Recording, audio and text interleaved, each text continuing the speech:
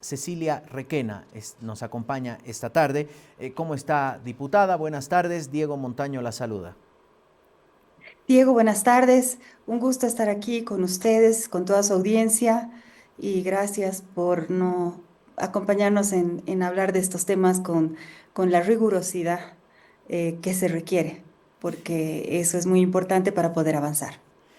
Sí, justamente hoy prácticamente el programa está dedicado a los incendios forestales, que si bien algunos podrán decir, no, pero falta todavía, la verdad es que ya con que haya una hectárea quemada, ya por supuesto debe encender las alertas. Son 5.000, dicen ya, hectáreas afectadas por el fuego en el departamento de Tarija, donde en este momento está el presidente Rodrigo Paz.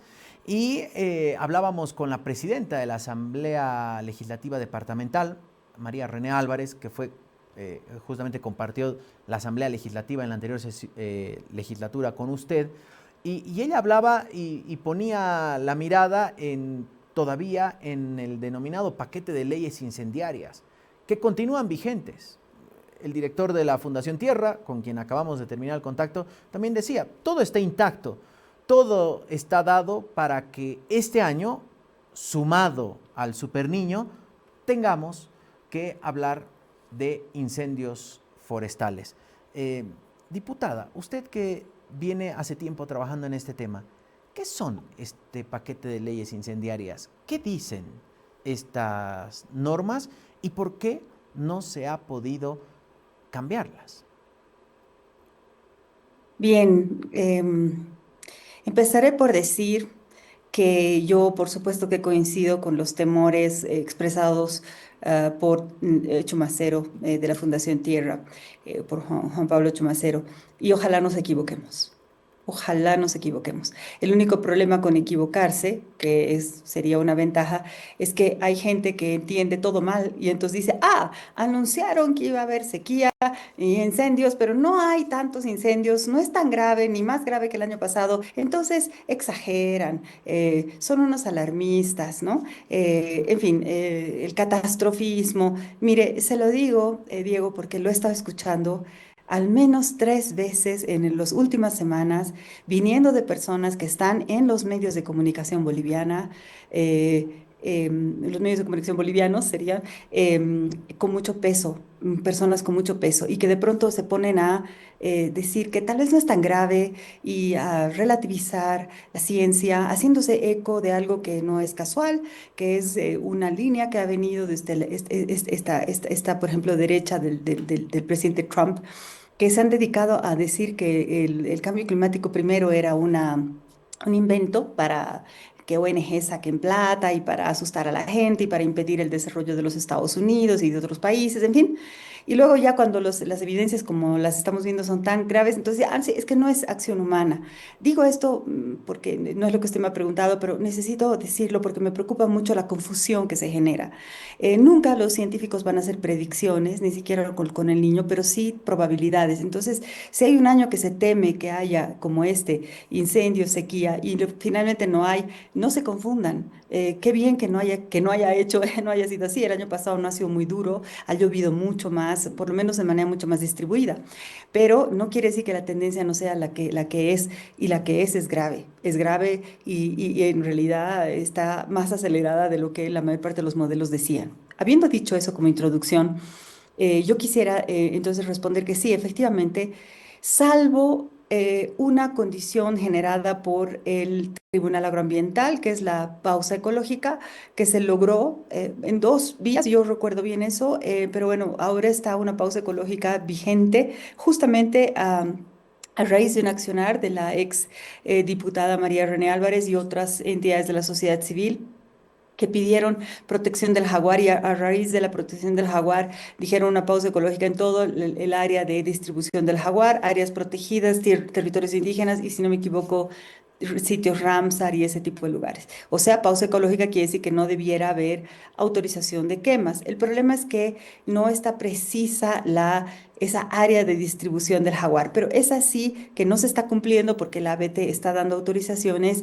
Sí sería, digamos, lo que nos diferencia de 2024 o antes 2019 y ni hablar de antes. Ok, habiendo dicho eso, creo que está muy larga mi respuesta, mil disculpas. Ahora No, sí no voy se a las leyes preocupe, incendiarias. diputada. Sí. Sigo. Entonces, las leyes incendiarias pueden ser catalogadas como tres, inclusive cuatro. Dos de ellas son realmente importantes. La 741, para recordarle a la gente, la 741 permitía, gobierno de Evo Morales, que las familias e inclusive individuos sin el derecho propietario totalmente consagrado, es decir, claro, podían quemar hasta 20 hectáreas sin ningún trámite prácticamente. Esa es la 741, norma incendiaria, que se abrogó en el Senado en la anterior legislatura. Eso vale y pasó a diputados y en diputados no se trancó en la Comisión de Medio Ambiente. Y lo digo porque eso es exactamente lo que está volviendo a ocurrir. ¿Por qué? Porque hay muchos parlamentarios que son muy sensibles a los intereses, digamos, económicos de sectores productivos. Entonces prefieren no votar. Eso pasó con la 741. Lo mismo ha pasado, abrogada en el Senado, trancada en diputados desde la anterior vez y ahora con la 1171. La 1171 es la ley que decía, una ley que también gobierno de Evo Morales, acordada con sobre todo Fegabeni y demás ganaderos, que serían las quemas controladas, que es algo que necesitamos, las quemas controladas. No todas las quemas en el país son ilegales y hay lugares como las Pampas del Beni que se podría decir que casi, casi necesitan eso, aunque hay algunas alternativas, pero no son muy fáciles, pero bueno, ya está. Ahí lo dejo dicho, pero en agropecuaria hay otras técnicas muy claras como chaqueo sin quema. Esa ley además establecía las sanciones que finalmente nunca fueron puestas en marcha en realidad y son muy bajas, en todo caso, son muy bajas. Faltaba un decreto supremo, nunca nadie se ocupó de eso. En ninguna de esas dos que son muy importantes, está pudiendo ser abrogada, están trancadas en diputados. Termino. Hay una más, la 337, que era un programa de alimentos, en fin, de agropecuaria, que ya no está aplicada, o sea que no me parece tan importante, pero sí la 1098, que es una ley más reciente que promovía los biocombustibles. Ok, entonces, ¿qué estamos haciendo? Y con esto sí que cierro. En el diputados estamos dando la batalla. La 1171 abrimos una audiencia pública para ver si podíamos lograr un acuerdo, en eso estamos. Puede que modificar la 1171 en las sanciones sea una vía. Para que no se opongan a su aprobación. La 741 está en proceso de ser tratada todavía por comisión, así que realmente la lucha continúa. Y la ley de bosques, que es una ley integral que nosotros hemos planteado para evitar incluso vacíos legales si se abrogaran las leyes incendiarias y que protege de manera mucho más proactiva a los bosques y otros sistemas, esa también está encontrando mucha resistencia. Pero seguimos trabajando, no hay que rendirse. Lo triste es que no tengamos nada listo ahora cuando ya estamos, como dice usted, con los incendios comenzando. Ahora, diputada, todo esto se da en un, diríamos, contexto, si bien no necesariamente usted me corregirá, lo institucional es lo que importa y demuestra el interés, pero en una coyuntura en la que el nuevo gobierno, el gobierno de Rodrigo Paz, decide hacer desaparecer el Ministerio de Medio Ambiente y Agua y fusionarlo a otros dos ministerios, ¿no? Repartir, diríamos, ese trabajo a otros dos ministerios, y uno de ellos, que no sé si es casi contradictorio, aparentemente sí, entre planificación del desarrollo y medio ambiente, casi que no sé si van o no de la mano, o ese sería el ideal. En esta coyuntura es más difícil pensar en, diríamos, una mirada ecologista o de respeto al medio ambiente del gobierno. ¿Cuál es su postura, diputada? Sí, la respuesta es sí, es más difícil. Y voy a aquí también incidir un poquito más. ¿Quién, qué presidente, por ejemplo, eliminó el Ministerio del Medio Ambiente? Milei. ¿No? Yo no sé por qué Rodrigo tomó esa terrible decisión. El Ministerio de Medio Ambiente tenía cantidad de problemas, ¿no? De corrupción, les recuerdo, tres ministros encausados, algunos de ellos ya en la cárcel, etcétera, etcétera.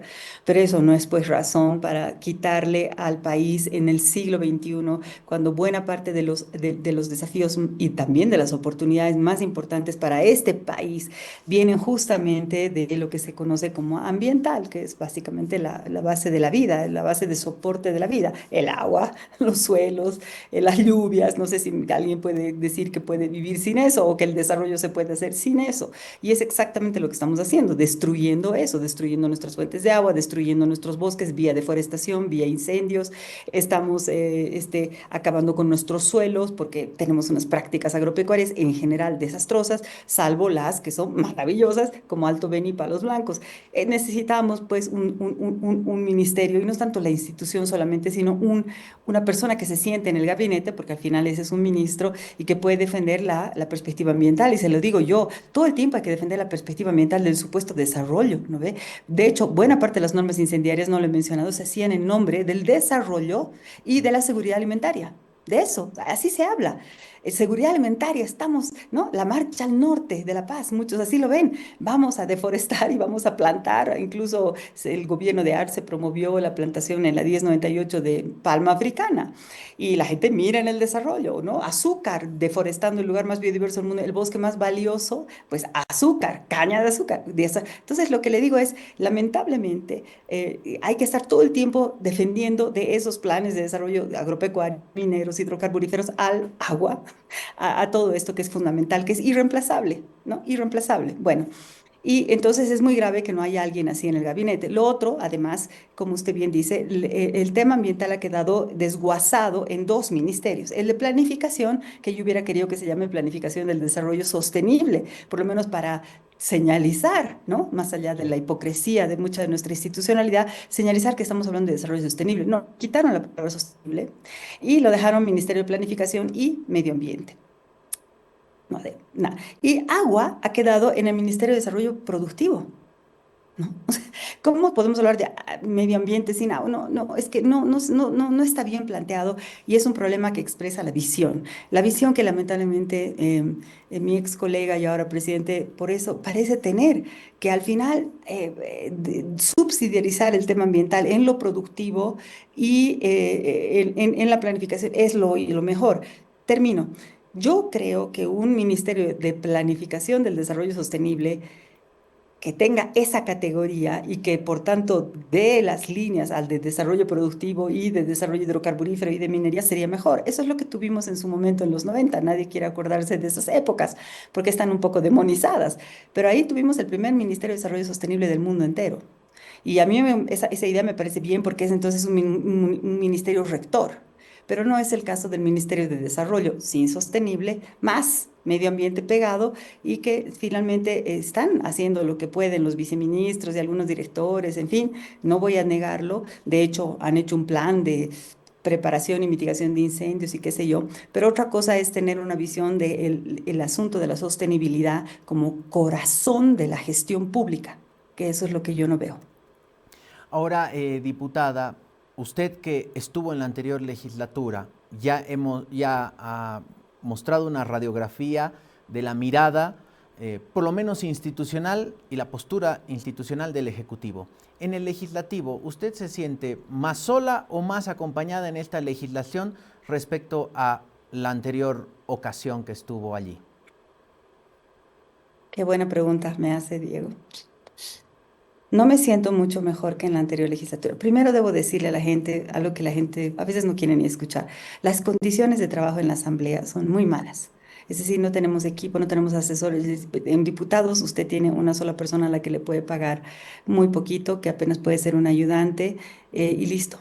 En otros países, lo digo, uno tiene asesores, ¿no? Para hacer un buen trabajo de análisis de una y varias materias que pasan por nuestras manos, por nuestra conciencia para votar. Así que, digamos, ir de senador a diputado, cosa que he decidido por la causa justamente, es muy duro. Y eso por un lado. Por otro lado, hay mucha gente interesada en el tema ambiental, eso lo debo decir, tal vez más que en la anterior legislatura. Sin embargo, al mismo tiempo, hay mucha gente que ha entrado con una agenda muy conservadora y esa gente, por ejemplo, está bien reunida en el Senado. Y el Senado me temo que en el Senado las votaciones, salvo, no sé, milagros, tendrían una enorme dificultad de pasar. Ya nos pasaba eso antes, ¿no? Pero por lo menos el MAS se daba de medioambientalista. Aquí hay gente que directamente ataca a las ONGs, ¿no? ambientalistas y de derechos humanos, así, pero no, desde los micrófonos de sus curules, ¿no? ¿Se acuerdan?